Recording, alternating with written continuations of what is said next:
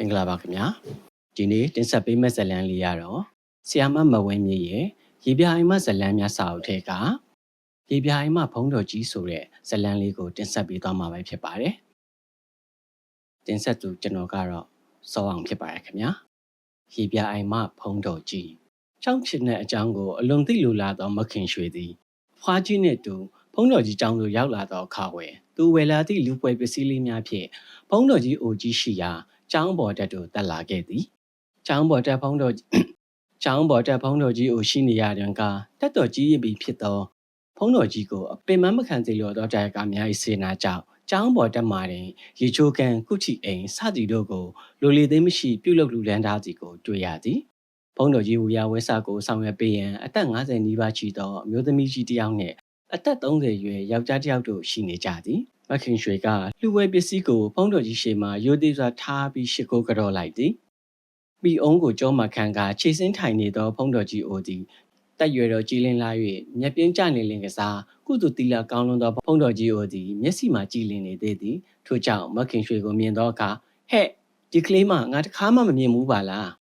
ထိုအခါဘုံတော်ကြီးရှေ့မှရိုသေစွာထိုင်နေသောကပိယလူငယ်ကအခုဒီနေ့မှရွာစာသင်ကျောင်းကိုရောက်လာတဲ့ကျောင်းဆရာမလေးပါဖေ။အော်အေးကျောင်းဆရာမမမြဲတဲ့တို့ရွာကိုရောက်လာပြီးမြင်းမြဲဆွဆွစေနာထားတဲ့ကျောင်းဆရာမလေးကိုအေးတာတို့ကွယ်တာတို့ရွာကကလေးတွေပညာရေးကိုစေနာထားတာအလွန်ကောင်းမွန်နဲ့မြင့်မြတ်တဲ့အလုပ်ပါပဲကွယ်။ဘုံတော်ကြီးကလက်တော်ဖြင့်မာထားသောမျက်ပြင်းကိုပြန်ပြီးလွတ်ချလိုက်ပြီးလေးသွေးသောအတန်တို့ဖြင့်မိတ်ကြားတော်မူလိုက်သည်။တင်မဖေ။တပည့်တော်အနေနဲ့အစိုးရကတာဝန်ပေးထား၍စေနာထားနေပါမယ်ဖေ။တပည့်တော်အလိုလျောက်ပြောင်းရွှေ့လို့စိတ်မရှိပါဖေ။အေးကောင်းတယ်ကွ။ဘုံတော်ကြီးမိတ်ကြားပြီးနေမြဲတိုင်းစိတ်ပင်နေလိုက်သည်။မခင်ရွှေသည်သူသိလိုသည့်အကြောင်းကိုဘလို့စတင်မေးလျှောက်ရမည်ကိုတွေးပြီးစိတ်ငြိမ်နေစဉ်မှာအဖွားတော်ရွှေအိမ်ကတောင်ဝေးချောင်းကိုအထောက်ကူပြုပြီးကျောင်းပေါ်တက်လာသဖြင့်မခင်ရွှေကကြပြားကစီထပြီးကြိုဆိုတွဲယူလိုက်သည်။မျက်လုံးကိုမျက်ပြင်းတွေဖုံးနေသဖြင့်ကြည့်လိုလင်မျက်ပြင်းကိုလက်တော်ဖြင့်ပင့်တင်ပြီးကြည့်ရတော့လေနားကမူအလွန်ပါသောဘုံတော်ကြီးအိုသည်ခြေတံကိုကြားလိုက်သောကြောင့်မျက်ပြင်းကိုလက်တော်ဖြင့်ပင့်တင်ပြီးကြည့်လိုက်သည်ရွှေအိမ်လားဟဲ့ဖွားရွှေအိမ်ကဘုံတော်ကြီးကိုဝစ်ချပြီးတင်မဗျာဆရာမလေးကအရှင်ဖျားကိုပူကျင်တာလဲတကြောင်ရှင်ဖျားကိုတော်တိုင်းတွေ့ကြုံလာခဲ့တဲ့ကြောက်ရှင်တဲ့အကြောင်းကိုလည်းသိသိကျင်နေတာလဲတကြောင်ကြောင့်မိတ်တော်မူဖို့တောင်းပန်ပါတယ်ဖေဟာဖားရွှေအိမ်ကအချိန်ကုန်မခမ်းပဲလူရင်းကိုရှောက်ထားလိုက်ပြီးရေပြာအိမ်နဲ့ပတ်သက်သောထူးဆန်းဆန်းအဖြစ်များကိုမခင်ရွှေကအလွန်စိတ်ဝင်စားပြီးမှတ်တမ်းတစ်ပွဲရေးမှတ်လိုသောဆန္ဒချီကြောင်းတွေကိုပါပြည့်စုံစွာရှောက်ထားလိုက်သည်ဖားရွှေအိမ်စကားကြောင့်ဘုံတော်ကြီးသည်လက်တော်ဖြင့်မျက်ပြင်းကိုပင့်တင်ထားလက်စမျက်လုံးကိုမခင်ရွှေပန်းလှည့်ကြည့်လိုက်သည်ဒီအကြောင်းကိုဟိုလွန်ခဲ့တဲ့နှစ်ပေါင်းများစွာဖြစ်လာကစားအချိန်ကတစ်ချိန်ပဲငါပြောခဲ့ဘူးတယ်နောက်တက်ဘသူမှလည်းငါ့ကိုမမေးခဲ့ကြဘူးငါကလည်းဘသူမှမပြောခဲ့တော့ဘူးအခုခေတ်လူတွေအနေနဲ့ငါပြောတာယုံကြည်မှလည်းယုံကြမယ်လေမိတ်ကြားရင်မျက်ပြင်းကိုပင့်တင်ထားတော့လက်တော်ကိုသူ့ငကိုနေရာတို့ပြန်ချထားလိုက်သည်မိတ်ကြားတော်မူပါဖေထူးထူးဆန်းဆန်းအဖြစ်မျိုးဆိုရင်တပည့်တော်အင်မတန်စိတ်ဝင်စားပါတယ်ဖေမခင်ရွှေကတောင်းပန်လိုက်သည်ဘသူကမှကြည့်ကြိုက်တဲ့အကြောင်းမပါဘူးမေးသူရှိတော့လဲပြောရတာပေါ့လေအဖြစ်ကတော့ကြာခဲ့ပါပြီအခုငါအသက်တရာပြည့်ဖို့2လလောက်ပဲလိုတော့တာပဲလွန်ခဲ့တဲ့နှစ်ပေါင်း80ကျော်အချိန်ကဆိုတော့ငါတက်ဘလောက်ရှိအောင်ပါလဲ15နှစ်သားပဲရှိသေးတာဟိုခေတ်ဟိုအချိန်15နှစ်သားဆိုတာကလေးလိုသတ်မှတ်ခဲ့ကြတာပဲအခုခေတ်လိုအိမ်တောင်ရေးတွေစီးပွားရေးတွေလှရေးပရွေးတွေစိတ်ကူးကြတာမှမဟုတ်ပဲငါလည်းကလေးပီလမ်းထဲမှာကြေးသားရိုက်ကစားနေခဲ့တဲ့အချိန်ပေါ့ဖုံးတော်ကြီးအိုသည်ဤတို့စကားအစချီကမခင်ရွှေသိလိုသောကြောက်ချင်တဲ့အကြောင်းကိုလေးတွက်အတန်ဖြင့်မိတ်ကြားတော်မူလေသည်အချိန်ကမြန်မာနိုင်ငံ၏နောက်ဆုံးဘုရင်ဖြစ်သောအရှိတီဘောမင်းတရားကိုနေချက်မျက်နှာဖြူများကနန်းချပြီးရဲနာဂီရီတို့ယူဆောင်သွားသည့်အချိန်ဖြစ်သည်အထက်ပါတနိုင်ငံလုံးမငြိမ်မသက်ဖြစ်နေသောကာလပင်ဖြစ်သည်ထို့အချိန်မှာစစ်တုတ်တော်မျိုးတွင်မြန်မာဘုရင်မင်းမြတ်အဆက်သူကောင်းအပြုတ်ခံရသောသူကောင်းမျိုးဖြစ်သည့်ဥယျံဝေးသည်ဘုရင်မင်းမြတ်ကိုယ်တိုင်တော်ချိမြစ်ထားသည့်ကြောက်စီရိုးတန်ငှက်ကြီးတောင်သားကိုလက်ကတင်းကျပ်စွာစုပ်ကိုင်းကအန်ကျိတ်ပြီးသူရှိမှရှိနေသောရောင်ရင်တစုကိုဆူဆူဆိုင်ကြည့်နေသည်ဥယျံဝေး၏ရောင်ရင်တစုမှလည်းလက်ထဲကဓာတ်ကိုစီရှိနေကြသည်သူတို့မျက်နာသွေးသည်ဥယျံဝေးလိုပင် နာကြီးစွာအန်ကျိတ်လျက်ရှိသည်ကလပ်ဖြူကျွန်းအဖြစ်တော့မခံဘူးကွာတက်နိုင်သမျှငါတော်လှန်မယ်ငါမှမိမတည်ဆုံးသွားပြီဖြစ်လို့နောက်ပိုင်းငဲစရာဆိုရင်ဟိုလန်းပေါ်မှာကစားနေတဲ့လူမမယ်သားတယောက်ပဲရှိမယ်မိဘဆွေမျိုးဆိုတာကလည်းအားလုံးနေပြီးတော့မှရောက်နေကြပြီသားသူတို့လုံခြုံရေးကိုသူတို့သိကြလိမ့်မယ်ဒါကြောင့်ငါသားကိုငါတပါးတည်းခေါ်ခဲ့ပြီးစကန်းချရအောင်သွားတော့မယ်မင်းတို့တွေလည်းစိတ်နိုင်လိုက်ခဲ့ကြဥယျံဝေးကခိုင်မာစွာဆုံးဖြတ်ချက်ချပြီးပြောလိုက်သည်မြမဘရင်စစ်တပ်ထဲမှာသူတစ်ပါးကြုံမခံလို့တော့ကြောင့်ပုံမှုကြီးတဦးသည်နောက်လိုက်အင်အားအတော်များများဖြင့်စေတုဒ္ဒရာနယ်ဘက်သို့ရှောင်ထွက်လာခဲ့ပြီးကလပ်ဖြူကိုတော်လန်တိုက်ခိုက်ရန်ဘိုးဝင်ခံနေသည်ကိုတည်သောသူကောင်းဥယျံဝေးသည်ပြင်းပြသောဇာတိမှန်မျိုးချစ်စိတ်ဖြင့်တော်လန်တိုက်ခိုက်ရန်ဆုံးဖြတ်ပြီးခင်မင်ကြောင့်ရောင်းရင်းစုကိုခေါ်ကာအကြောင်းစုံပြောပြနေခြင်းဖြစ်သည်သူကောင်းဥယျံဝေးကကွန်ကိုလိုက်ပြီးဥတက်ခေါ်နေရတော့လဲအသက်အရွယ်မှာ30ပင်မပြည့်သေးချေချစ်လာစွာသောငယ်ပေါင်းစနီးကွယ်လွန်ခဲ့သည်မှာ6နှစ်ကျော်ခဲ့ပြီဖြစ်တော်လဲနောက်ထပ်အိမ်တော်မပြုတ်ပဲမီတဆိုးသားငယ်မောင်တက်ထားကိုသာယူရပိုက်ထွေးလာခဲ့သူဖြစ်သည်ယခုသူအသက်သမ ्या ချစ်တော်သားကိုတပါးရဲခေါ်ကာအိုးအိမ်ကိုစွန့်ပစ်ပြီးတိုင်းပြည်အတွက်အသက်ပေးတော်မူဖြစ်သည်ဥယျံဝေးရောင်ရဲတစုကလည်းဥယျံဝေးလိုစိတ်မျိုးပင်ဖြစ်သည်ထို့ကြောင့်သူတို့အားလုံးသည်တစိတ်တဝမ်းနှင့်တလက်ညီဖြင့်ဘိုးပင်ခံနေသောပုံမှုကြီးရှိရာစစ်စခန်းတို့စောလင်စွာထွက်လာခဲ့ကြသည်မောင်တက်ထားကဘာကုန်မှလေးလေးနက်နက်မသွေးမိမတိနိုင်ပျော်ရွှင်စွာကစားနေရမှအထုပ်ပိုးဖြစ်ဖခင်ကလက်ဆွဲခေါ်ရကိုဘူးမတိဘာမတိအဖြစ်မျိုးဖြင့်လိုက်လာခဲ့ရသည်ငါသားအသက်ကမငယ်တော့ဘူး15နှစ်ဆိုတဲ့အရွယ်ဟာစိတ်တဘောအတော်အသင့်ခိုင်မာနေပြီငါတို့ဗမာအာဇာနည်မင်းရဲ့ကြော်စွာဆိုတာအသက်15နှစ်မှာစစ်တပ်ကြီးတပ်ကိုကောင်းကောင်းအုပ်ချုပ်နိုင်ခဲ့တယ်တိုက်ပွဲကိုကောင်းကောင်းတိုက်လာနိုင်ခဲ့တယ်ဒါကြောင့်ငါသားလည်းမင်းရဲ့ကြော်စွာလို့စိတ်မျိုးထားစမ်းဥယျံဝေးသည်တာဖြစ်သူကိုဗမာပြည်အခြေအနေကိုပြောပြပြီးတော်လန်ရေးစိတ်တက်မျိုးချစ်စိတ်တက်တွင်ပေးလိုက်သည်ဘာကုန်မှလေးလေးနက်နက်မတွေးခဲ့သောပျော်ပျော်ရွှင်ရွှင်ကစားလာခဲ့သောမောင်တထား၏အုံနောက်ထဲမှာဖခင်ဥယျံဝေးတွင်ပေးလိုက်သောမျိုးချစ်စိတ်တော်လန်ရေးစိတ်တွေကအလုံးလိုက်အခဲလိုက်ဝင်သွားသောအခါမောင်တထားသည်ကလေးလိုကစားနေခြင်းသောစိတ်မျိုးပြောက်သွားပြီးမျိုးချစ်စိတ်ဝင်လာသည်ထို့ကြောင့်ဖခင်ထံမှဓာကုတ်လန်တို့အတက်ကိုကျွမ်းကျင်အောင်သင်ကြားပြီးသူနှစ်သိလျော်မိတိုက်ပွဲတွေမှာရရဲဝံ့ဝံ့ပါဝင်တိုက်ခိုက်သည့်အခြေအနေသို့ရောက်လာသည်မိများပင်မျိုးချင်းစိတ်ထက်တန်သူရှိစေကားမူမိများပင်တော်လန်ရေးစိတ်တက်ပြင်းထန်သူရှိစေကားမူအသားတွေကဖောက်ထွက်တော်လောက်ကောင်ကပေါ်လာစမြဲဖြစ်သည့်အတိုင်းညချက်မျက်နှာဖြူကိုလူအင်အားလက်နက်အင်အားဖြင့်မရှင်ပြိုင်နိုင်တော့ပဲအရေးနှိမ့်လာချိန်မှာတစ္ဆာဖောက်လိုသူကပေါ်လာခဲ့သည်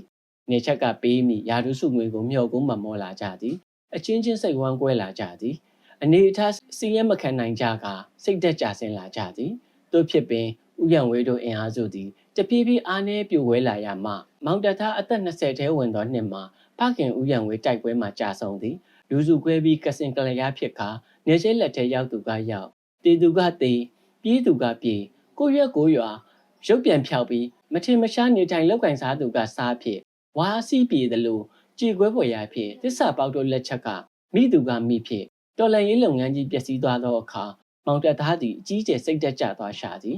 ဖခင်လည်းမရှိတော့နောက်လဲကြည့်၍အရေးမမြင်နိုင်အောင်ဖြစ်လာသောအခါနှမ်းလုံးထဲနှင့်စီထွက်အောင်ကြိတ်ရမဖြစ်နိုင်သောတော်လန်ရေးဆောင်ရွက်ချက်များကိုပြည်ပုံးကချလိုက်ပြီးနောက်ဆုံးသူတယောက်တည်းကြံတော်တော်လန်ရေးစကန်ပြက်ကြီးကိုစွန့်ခွာလာခဲ့သည်ထိုအချိန်မှာမောင်တက်သားလက်ထဲတွင်ဖခင်ကအမွေနှင့်ပေးခဲ့တော့သူကောင်းပြူကြောက်စီရွှေလက်ကင်ယိုနှင့်ဓာတ်တစ်ချောင်းထဲဆိုထဲလဲအဝတ်နှစ်စုံများသာရှိတော်သည်လူတန်သူတန်စိတ်သုံးနေပြီဖြစ်သောကြေကွဲဖွယ်ရာကောင်းသည့်တော်လန်ရေးစကန်ပြက်ကြီးကိုစွန့်ခွာလာခဲ့ရတော့လဲဘယ်ကိုသွားရမည်မသိပဲဖြစ်နေသည်ဖခင်သားပီမာနရှိသောကြောင့်ယခုလိုဖြစ်မျိုးနှင့်ဆွေမျိုးများထံကိုလည်းပြန်မသွားလို့နေချက်လက်ထဲအဖမ်းခံကအချုပ်ထဲသွားဖို့ကုန်မူလုံးဝစိတ်မကုန်မိ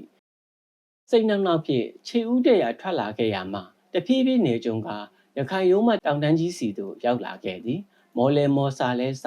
ာအစာရည်ရနိုင်မည့်အခြေအနေကိုရှာဖွေကြည့်ရှုသောအခါနက်ခေါင်လောက်သောတော်ကြီးအတွင်းမှာလူနေအင်ဂျင်ရှိလိမ့်မည်ဟုမမျှော်လင့်နိုင်သောစိတ်အားကိုရောမိသည်ထိုအချိန်ကလည်းညနေဆောင်ကိုလူနေပြီဖြစ်သောကြောင့်နက်ခေါင်လောက်သောတော်ကြီးထဲမှာတားရဲတို့ဘေးမှကင်းဝေးရန်ခိုလုံစရာကိုအရေးတကြီးရှာရသည်တော်တော်မြင့်မားသောတစ်ပင်ကြီးတစ်ပင်၏အိတ်ဆက်နေနာစရာဖြင့်ရွေးချယ်လိုက်သည်ဓာတ်အိမ်ထဲမှတိကျစွာထည့်ပြီးလွယ်ကျိုးကိုခိုင်အောင်ပြုပြင်၍ဆက်လွယ်တိုင်းလွယ်ကတစ်ပင်ကြီးပေါ်သို့တက်လိုက်သည်အမြင့်ဆုံးခွဆုံကိုရွေးပြီးနေရာတကျနေမိသောအခါမှအမြင့်ကစီးပြီးပတ်ဝန်းကျင်ကိုကြည့်လိုက်သည် မောင်တထား၏ဝမ်းမြောက်မှုကအတိုင်းမသိဖြစ်သွားသည်တော်တော်ဝေးဝေးတနေရာမှာတစ်ပင်အုပ်ထဲမှမြူထွက်နေသောတဲတလုံး၏ခေါင်မိုးအစွန်းလေးကိုလက်ကောင်းတလူလူထွက်နေသောမီးခိုးကိုလည်းလက်ကောင်းသူမြင်လိုက်ကြသည်ဝမ်းသာတော့လဲအလင်းစလိုသွားရည်တင်တော်ပါမည်လားဟုစဉ်းစားလိုက်မိသည်မိတ်ဆွေသဘောမျိုးဆက်ဆံရေးရလင်က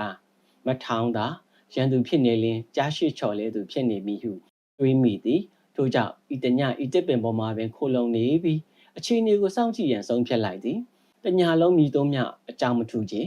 သူမြင်နေရသောတဲခေါမုံဆုံးလေးသည်ညမောင်ထဲမှပျောက်ကွယ်နေခဲ့သည်လူတန်သူတန်ဟူ၍ပင်ဘာမှမကြားရမီးရောင်လည်းမမြင်ရတွန်းနှစ်ပင်နောက်တစ်နေ့မိုးလင်းလာခဲ့သည်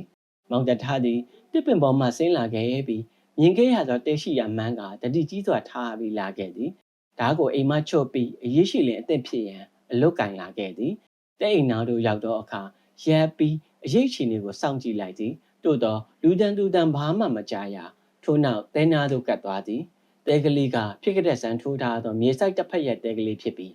းတဲတွင်မြေကြီးပေါ်မှာမီးငိမ့်လူပြီးဖြစ်သောမီးပုံလေးနှင့်တဲတစ်ဖက်ဝါးစင်ကလေးပေါ်တွင်ကပိန်ချုံကြုံလီနေသောအဖိုးအကြောက်လေးလောင်းနေသည်ကိုတွေ့ရသည်ဘေးအန္တရာယ်မရှိကြောင်းတိကျစွာသိလိုက်ရသောအခါမောင်တထားကရဲရဲပင်တဲတွင်သို့ဝင်သွားသည်လေးလောင်းနေသောအဖိုးအိုကိုဥပောင်းငယ်၍ကြည့်လိုက်ပြီး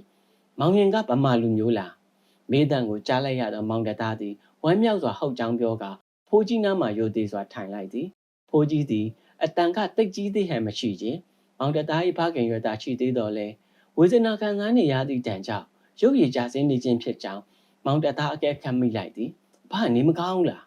မောင်တသားကအဖိုးကြီးလက်ကိုကျဉ်းနာစွာစုပ်ကင်ပြီးမေးတော့ကဖိုးကြီးကမောင်တသားမေးစီကိုမဖြစ်သေးပဲသူကမေးခွန်းပြန်ပြီးမေးလိုက်သည်မောင်ရင်ဗမာဘရင်မင်းမြတ်အမှုထမ်းလား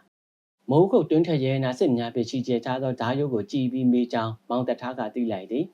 ဖိုးကြီးမေးသည့်လေးတန်သည်သုံးလုံးသည့်စကလုံးကဗမာဘရင်ပေါ်တစ္ဆာရှိသည့်လေးတန်နှင့်သုံးလုံးဖြစ်ကြောင်းသိလိုက်သော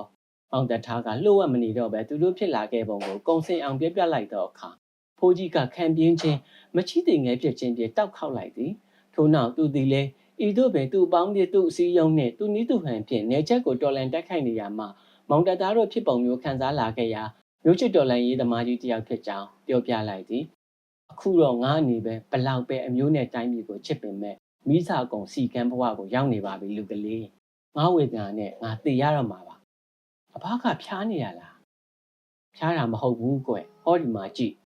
ဖိုးကြီးကပြောပြီးသူခြုံနာသောညင်နွမ်းစုပ်ပြက်နေသည့်ဆောင်ဖြစ်ဖုံထားသောခြေရင်းတနေရာကိုလက်ဖြစ်ပြလိုက်သည်မောင်တထားကဆောင်ကိုအตาရလှစ်ကြည့်လိုက်သောအခါ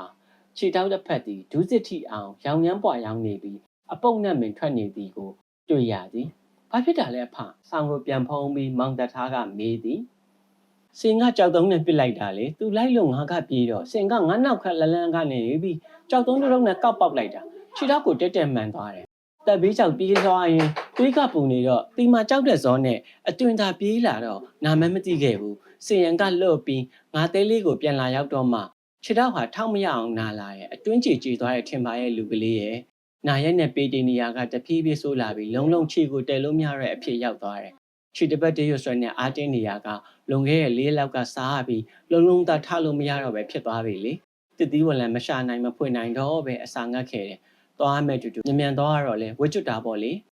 ကျွန်တော်မီးတက်ထည့်လိုက်မယ်ဝါးကြည်တောင်းနဲ့ရင်နှွေးကြုံမယ်အဘအနာကိုရင်နှွေးနဲ့စိတ်ပြီးအနံတက်တာအောင်ရင်နှွေးအုပ်ပေးမယ်နော်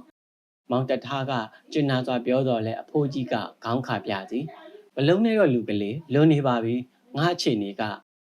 ငါသိတယ်အလွန်ဆုံးနေရလားဒီတညပေါ့သို့တော့မောင်တထားကမနေစိတ်နိုင်ပဲထင်းချောင်းတွေရှာမိထဲ့သည်ဝါးကြည်တောက်ကိုခုတ်ပြီးရင်နှွေးတယ်သည်ထို့နောက်အဖိုးကြီးနာကိုရင်နှွေးပြေစေးကြောပေးနေစဉ်မှာအဖိုးကြီ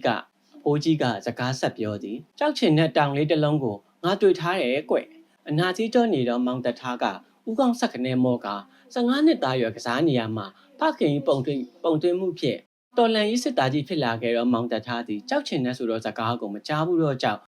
်အထူးဆန်းဖြစ်သွားသည်ကြောက်ချင်တဲ့ဆိုတာဘာလဲအပကြောက်ချင်ဆိုတာကမင်းသိလားကြောက်ချင်ဆိုတာတော့သိပါတယ်တိုင်းပြည်အေဂျင့်သားရစွာနေထိုင်ရစဉ်ကာလကလေယာဒီခါတောက်သုံးရင်တူလာထားသည့်ရေအိုးကြီးတဲ့များတွင်ရေကြီးအောင်ထည့်ထားတတ်သည့်ကြောက်ချင်ကိုမောင်တထားမြင်မှုခဲ့သည်ဟုတ်ကဲ့ပါကြောက်ချင်ကိုတော့သိပါတယ်အေးအဲ့ဒီကြောက်ချင်ကအဖြူနော်သူ့တက်တိကရတာချင်တယ်ရေထဲထည့်လိုက်ရင်အနေထိုင်သွားပြီးရေကြည်လာတယ်မပုံမတိုးပဲရက်အတော်တန်တင်ကြအောင် ခံစီခြင်းနဲ့ပစ္စည်းမှာကြောက်ချင်ကိုတင့်တယ်လို့ထဲထားရင်မပုံမတိုးပဲခံတယ်ဆေးပေါ်ရမှာလည်းတုံးတယ်အခုငါတွေ့လာတဲ့ကြောက်ချင်နက်ကလူကလေးတို့မြင်မှုတဲ့ကြောက်ချင်ရိုးရိုးလို့မဖြစ်ဘူးနတ်မောင်နဲ့အယောင်ရှိတဲ့ကြောက်ချင်နက်ကွယ်ဖိုးကြီးစကားကြောင့်မောင်တထားစိတ်ဝင်စားလာသည်ဟုတ်ကဲ့ပြောပါပါ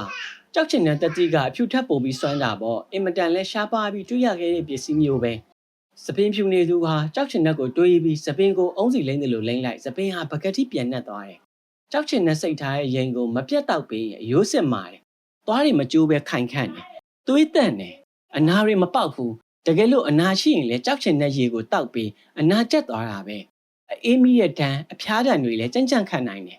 ညံရှိတယ်လို့သုံးကွယ်ကြောက်ချင်တဲ့ကတော့တကယ်စွမ်းတာပဲယူရတာလည်းခဲရင်းနဲ့ကွယ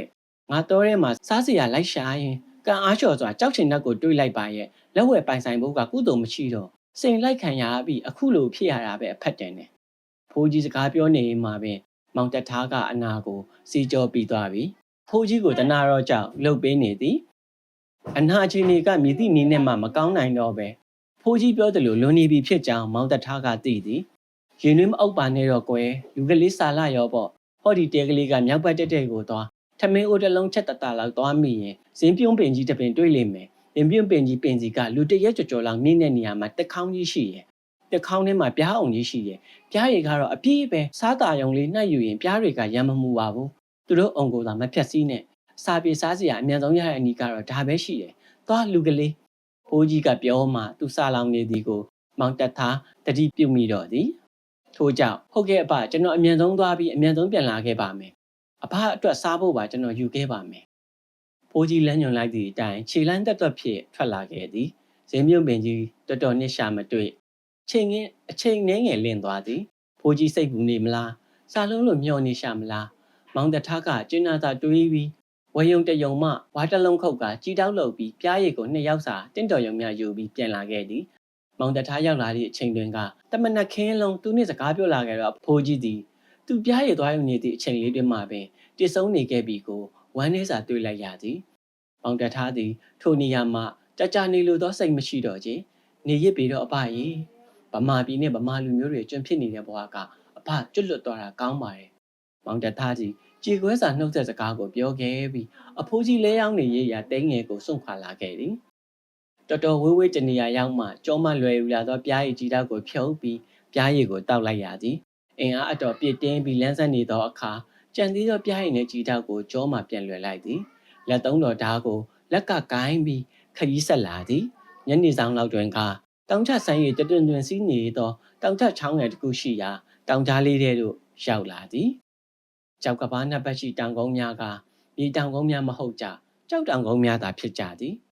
နေကဝင်တော်မူဖြစ်ရာမောင်တသားအဖို့ဘေးကင်းရန်ကင်းခိုလုံအိတ်ဆက်စရာနေရာကိုအရေးတကြီးရှာရလေသည်ရေရှိသောနေရာဖြစ်ခြင်းကြောင့်နေဝင်လင်တောကောင်သားရဲကြီးများရေတောက်ဆင်းတက်သည်သားကောင်ချောင်းတက်သည်ထို့ကြောင့်မောင်တထားကဘေးကင်းရာရှာနေခြင်းဖြစ်သည်စမ်းချောင်းနှင့်ခလန်းလန်းမှာတစ်ပင်မြင့်ကြီးတစ်ပင်ကိုတွေ့လိုက်ရသောအခါမောင်တထားရေကိုကြပြောင်းသည်ဝါတောက်လိုက်ပြီးတစ်ပင်ပေါ်တက်လာခဲ့သည်တစ်ပင်ပေါ်ရောင်းမှကြံနေသေးသောပြားရည်လေးကိုတောက်ခါတစ်ကိုင်းကွာဆောင်ကောင်းကောင်းတွင်လိမ့်မကြရန်အနေထားဖြင့်စိတ်ချလက်ချနေလိုက်သည်စိတ်ပန်းကိုမောဖြင့်ညီမြကြအောင်အိပ်ပျော်သွားသည်မသိသူအိပ်နေသောတစ်ပင်ကြီးသည်တစ်ချက်တိမ့်ခေါင်တုန်လှုပ်သွားသောအခါမှမောင်တထားအိပ်ရာမှနိုးလာသည်တစ်ပင်အောက်မှငုံကြည့်လိုက်သောအခါသူဘေးကင်းကြောင်သိရ၍စိုးရွံ့ချိန်မရှိသောညလဲများစွာအံ့ဩသွားမိသည်အချိန်ကမနက်မိုးစင်လင်းပြီဖြစ်သည်စံကြောင်ကပါတွင်စင်တအုပ်သည်ပျော်ရွှင်စွာရေကစားနေကြသည်ကိုတွေ့ရသည်တော်ရိုင်းစင်တွေဖြစ်တော်လဲသူတို့အသိနှင့်သူတို့သဘာဝပျော်ရွှင်နေသည်မှာကြည့်၍ကောင်းလာသည်စင်3-4ကောင်ကမူမောင်တသားရှိနေသောတစ်ပင်ကြီးကိုကြောဖြစ်ပုတ်လိုက်ဦးကင်းဖြစ်ပုတ်လိုက်လုံနေသောကြောင့်တစ်ပင်ကြီးတိတ်ခါနေ၍မောင်တသားအိယာကနိုးခြင်းဖြစ်သည်ဆွေနေကတစ်ပင်ဘောကမောင်တသားရှိနေသည်ကိုမသိချေသူတို့ကြောရဦးကင်းရသည်ကိုအာရဖြောက်နေကြခြင်းဖြစ်ဟန်တူသည်မောင်တသားအမှန်တိုင်းပင်တွေးမိသည်စင်တွေကိုစိတ်ဝင်စားစွာကြည့်နေသောမောင်တသားသည်ပထမတော့အမှုမဲ့အမတ်မဲ့ကြည်ကောင်းနှင့်ကြည်နေရမှစင်တွေရဲ့အပြုမှုကိုကြည့်ရင်တတိထားမိလာသည်စမ်းချောင်းကဘာနှစ်ဖက်တွင်ကကြောက်တောင်ကုန်းလေးများရှိနေသည်တစ်ခုနှင့်တစ်ခုတည်တည်ချာချာမကြည့်လင်ခွဲမရအောင်အရွယ်ရောပုံတံရောတူညီလာသည်စင်တူရိုးမလွေဖြစ်သည်အယောင်ကအားလုံးရာသီဥတုတန်ကြောင့်မဲညစ်နေသောကြောက်တုံးများဖြစ်ကြသည်တို့တော့ စင်တူရိုးမှဖြစ်နေသောကြောက်တုံးထံမှတခုသောကြောက်တုံးကိုစင်တွေသည်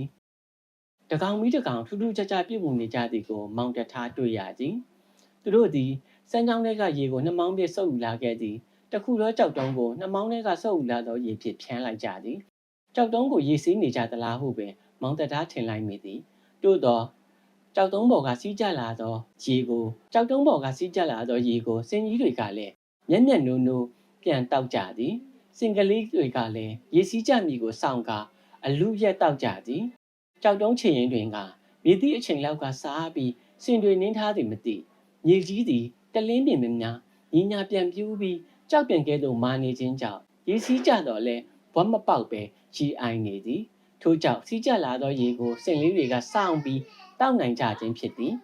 စင်တွေကရေကိုလည်းတောက်သည်ကြောက်တုံးကိုလည်းရက်ကြသည်စင်တွေအားရပါရကြောက်တုံးကိုစိတ်တိုင်းချပြုလုပ်ကြပြီးစင်အုပ်ကြီးထွက်သွားသောအခါမောင်တသားသည်တစ်ပင်ပေါ်မှဆင်းရန်ဟန်ပြင်လိုက်သည်သို့တော့မောင်တသားမဆင်းနိုင်ခင်မှာကြားမောင်နှံတစ်စုံရောက်လာပြီးကြောက်တုံးကိုအားရပါရရှာဖြစ်ရက်ကြပြန်သည်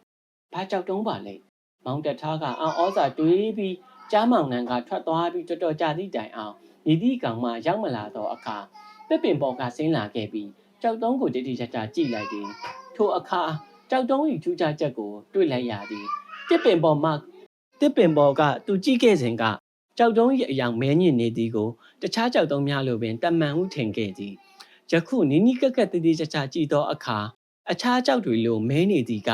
ရာသီဥတုတန်းကြောက်၎င်းရင်းညစ်များကြောက်၎င်းကြောက်ကြီးများကြောက်၎င်းပေရီမဲညစ်နေသည်ထူးခြားသောကြောက်တုံးကကြီးညော်မတင်စင်ကြယ်စွာဖြင့်ငကိုကြောက်သားကမဲနေခြင်းဖြစ်ကြောင်းတွေ့မြင်ရသည်စင်စစ်နတ်မောင်သောထိုကြောက်တုံးသည်အဖို့ထင်မရှိချောပြောင်နေသည်တခုသောနေရာတွင်က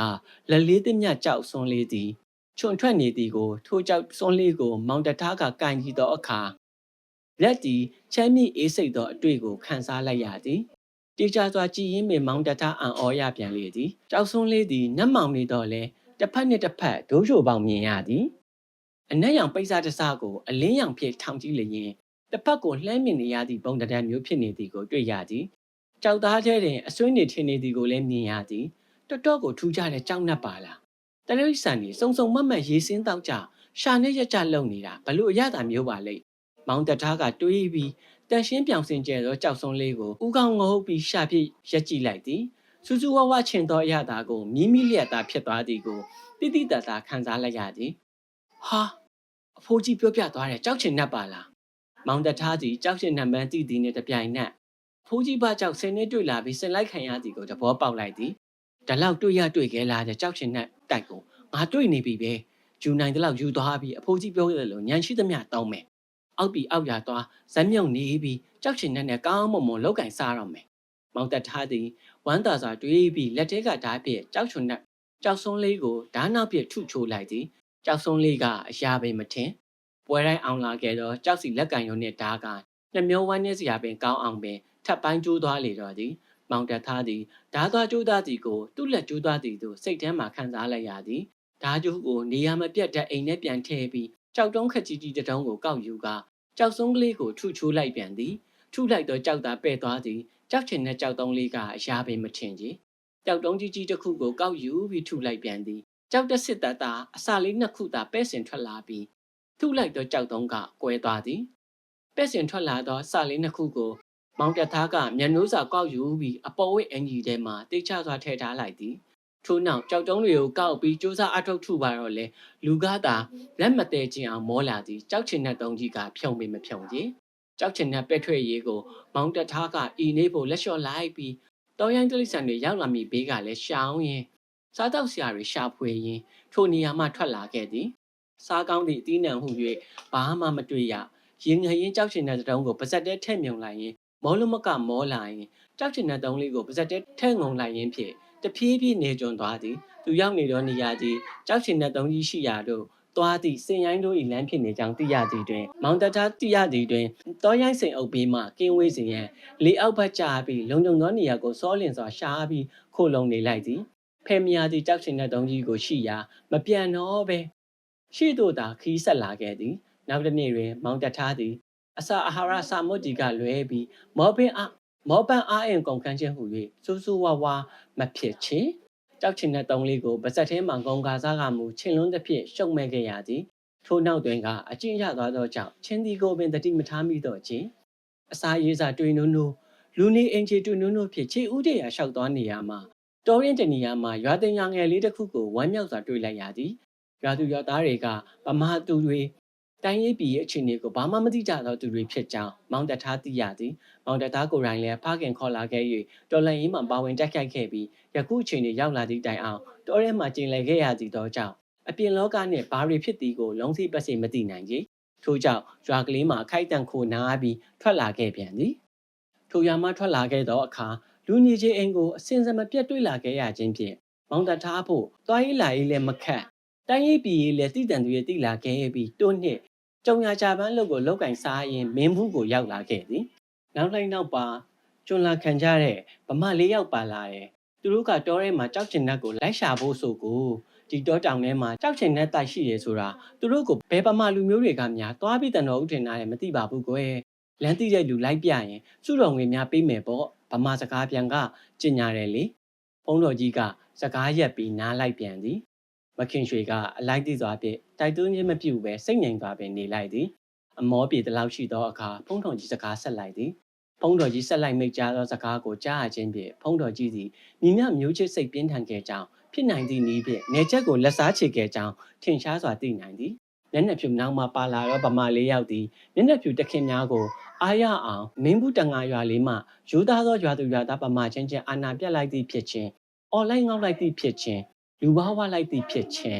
းကြောက်ချင်တဲ့တိုက်ရှိရာကိုတိသူရှိမရှိရွာသူရွာသားတွေကိုစင့်ခေါ်မေးမြန်းရာအသက်တော်တော်ကြီးနေပြီဖြစ်သည်အဖိုးအိုတယောက်ပါလာသည်အဖိုးအိုကမတိချောင်းဖြေရမှာမျက်နှာဖြူတခင်ကိုဖျားဟူသောစကားကိုထင်မကောင်းလားဟုဆို၍နောက်တော်ပါဗမာကမိုင်ရိုင်းစာတွိုင်းထားပြောဆိုချိန်မောင်းနေသည်ကိုကြားမြင်ရသောမောင်တထားသည်သူ့စိတ်ကိုခိုင်မာစွာဆုံးဖြတ်လိုက်သည်ကြောက်ချင်တဲ့ရှိရာကိုကောင်းကောင်းသိကြရဲရဲပြောသောအခါစကားပြန်မှတဆင့်သိရသောမျက်နှာဖြူကြီးများသည်ဝမ်းသာအားရဖြင့်အချောင်းစုံကိုမေးသည်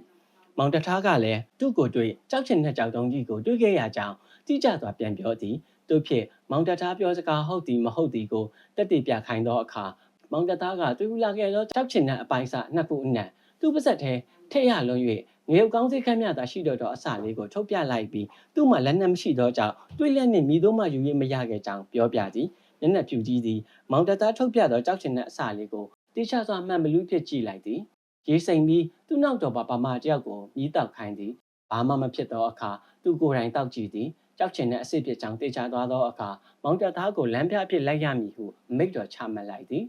အရှင်ဖေ။ဘာကြောင့်လိုက်ပြရလဲဖေ။မသိလိုက်မမီလိုက်မမြင်လိုက်ရတော့လဲမျက်နှာဖြူများကိုမခင်ရွှေကယုံချဆက်ဆုပ်သောစိတ်ဖြင့်ဘုန်းတော်ကြီးကိုရှောက်ထားလိုက်သောအခါဘုန်းတော်ကြီးသည်လေးကျွတ်သောအတန်ဖြင့်ရဲတော်မူလိုက်သည်။ဆရာမလေးရဲ့ငါဒီလောက်တော့မထိုင်းသေးပါဘူး။တို့တိုင်းပြည်တွေကတန်ဖိုးဖြတ်မိရရဲ့ရဲနာတပားကိုတို့တိုင်းပြည်လူယူတဲ့တကိုးသမျှလက်တဲ့ကြီးကြီးပူပူအပ်ပါမလား။ငါကသူတို့အားလုံးကိုခေါ်တော့သွားတယ်လေ။ဒါပေမဲ့ငါခေါ်သွားတဲ့လမ်းကကြောက်ချင်တဲ့ရှိရလမ်းမဟုတ်ဘူး။ကြောက်ချင်တဲ့ရှိရာကိုအချိန်မှန်သွားတတ်တဲ့တောစင်ရိုင်းတွေလာမဲ့လမ်းကြောင်းကိုတောစင်ရိုင်းအုပ်လာချိန်မှန်းပြီးအချိန်ကက်ခေါ်သွားတာဟဲ့တောစင်ရိုင်းအုပ်နဲ့တွေ့ကောလားဖေ။အေးငါရီမှန်းချက်ပေါက်တယ်ဆိုပါတော့ငါကဘေးရန်ကင်းရန်ကင်းခိုးလုံးစရာနေရာကိုကြည်ထားပြီးသားကိုတောစင်ရိုင်းအုပ်လာမဲ့လမ်းကြောင်းမှာသူတို့အားလုံးကိုလေတင်ကနေခိုင်းပြီးငါကလမ်းကြည့်တဲ့ဟန်မျိုးနဲ့အသာရှောင်ပြီးပုံးနေလိုက်တယ်သူတို့ကစင်ရိုင်းအုပ်ကိုမရှောင်နိုင်ပဲမျက်နှာဖြူနေအောင်နဲ့နောက်တော့ပါဗမာ3ယောက်ပွဲချင်းပြီးသွားတာပဲကြံလူတွေတော့ပြေးရင်လွှမ်းရင်လွတ်သွားကြတယ်ဒါတွေဟာပြန်မပြောကောင်းဘူးတတိမရကောင်းဘူးအာကုတို့အလုပ်ဆိုတာပြန်ပြောလေသမျှသိလေသမျှအာကုတို့ပွားနေတော့တာပဲဒါကငါသိရက်နဲ့ဘာကြောင့်ပြန်ပြောနေလဲဆိုတော့ဒုက္ခကလူတွေဟာနေချက်ကိုဘလောက်နာကြီးပြီးတက်နိုင်တဲ့နည်းနဲ့ဘလူလက်စားချေတယ်တို့တိုင်းပြည်တွေကဖိုးတန်ပစ္စည်းတွေကိုသူတို့လက်ထဲမရောက်အောင်ဘလူကောက်ခွဲဆိုတာကိုသိစေခြင်းလို့ပဲဆရာမလေးရဲ့ရှင်ဘုရားမင်းဘူးပြန်လာတော့ဒီကိစ္စမပေါ်ပေါက်ဘူးလားဖေ။မင်းဘူးကိုငါမပြန်တော့ဘူးလေ။ကိုရောင်ဖြောက်ထွက်လာခဲ့ပြီးရေကြီးရမျက်နှာကနေထိုင်လောက်ကင်စားတောက်လာကဒီမြို့ကိုရောက်လာပြီးဝစ်ကြောင်နဲ့မနေချင်တော့လို့တင်ကန်းဝက်လိုက်ပြီးမှဟောဒီရေပြအိုင်ရာသူရွာသားတွေကပင့်လာတာနဲ့ဒီရွာရောက်လာပြီးဆွဆွမြင့်မြင့်နေလာခဲ့တာပဲကွ။ဘုန်းတော်ကြီးကအဆုံးတက်ပြီးမိတ်ကြားလိုက်သည်။ညောင်းညာပင်မန်းသွားဟန်သူသည်မိထိုင်နေရမှညင်သာစွာလဲချောင်းတော်မူသည်။ရှင်ဘုရားစီမှာကြံနေသည့်ကြောက်ချင်တောင်းလေးကိုတော့ဘသူကိုစွန့်ခဲ့လဲဖေ။မခင်ရွှေမေးသောအခါဘုန်းတော်ကြီးကရဲသည် ဘသူကိုမှပေးစီရမကြံတော့ဘူးလေရေစိမ်တောက်လိုက်ပါဇက်ထင်းဝင်လိုက်သပင်ကိုတွေးလိမ့်လိုက်နဲ့ကုံသွားတာပေါ့ဆေးလျှောက်ပဲထင်ပါရဲ့ငါအခုချိန်ထိတောင်မျက်စိလည်းမမှုံသေးဘူးသွားလဲတစ်ချောင်းတစ်ချောင်းပဲကျိုးသေးတယ်အနာဆိုလို့ဘာအနာမှငါမပေါက်ခဲ့ဘူးလေဘုံတော်ကြီးမိကြားချက်ကိုနားထောင်နေတော့မခင်ရွှေစိတ်ထဲမှာအစွမ်းတတိထက်မြက်တော့ကြောက်ချင်တဲ့အစ်အကြောင်းကိုတွေးပြီးဒီနေရာကိုအရှင်ဘုရားမမိသေးလားဖေဟာအခုချိန်မှာတော့ပြောလို့မရတော့ဘူးလေနှစ်ပေါင်းဘလောက်ကြာခဲ့ပြီလဲတောတောင်ရင်းမြေနေထားတွေလည်းပြောင်းကုန်ရောပေါ့တစ္ဆာဂတိမတီးတဲ့လူတွေလက်ထဲရဲနာစစ်မရောက်ပဲတက်ွယ်တက်တယ်ဆိုတာလဲကြားဘူးမှာပေါ့ဒီနေရာမှာရှိချင်မှရှိတော့မယ်ရှိလဲငါမသွားတတ်တော့ဘူးကွမခင်ရွှေကြီးဖုံးတော်ကြီးကိုဥချကြတော့ရင်မိသူမမသိနိုင်ပဲမမြင်နိုင်ပဲတောနက်ကြီးထဲမှာတိမ်နှုတ်ပြောက်ွယ်နေပြီဖြစ်တော့ဖိုးတန်လာသည့်ကြောက်ချင်တဲ့တုံးကြီးကိုစိတ်ထဲမှာမြင်ရအောင်ရင်ကြောင်းတော့မထူးပါဘူးဖေဟိုတုန်းချိန်ကနေချက်လက်ထဲရောက်သွားရင်လေလက်လွတ်ဆုံးရှုံးရမယ့်ပစ္စည်းပဲသူ့တဘာဝတိုင်းသူ့ရှိပြီးထိုက်တန်သူမပေါ်သေးမီပြောက်ွယ်သွားနေတာပဲကောင်းပါတယ်ဖေဤသို့ရှောက်လိုက်မိသည်ရေပြအိမ်မဖုံးတော်ကြီးဇလန်းကဒီမှာရင်ပြီးဆုံးပါပြီခင်ဗျာအားလုံးပဲနားဆင်ကြတဲ့အရောက်စီတိုင်းစိတ်ချမ်းသာကိုချမ်းသာကြပါသေးဗျာအားလုံးကျေးဇူးတင်ပါတယ်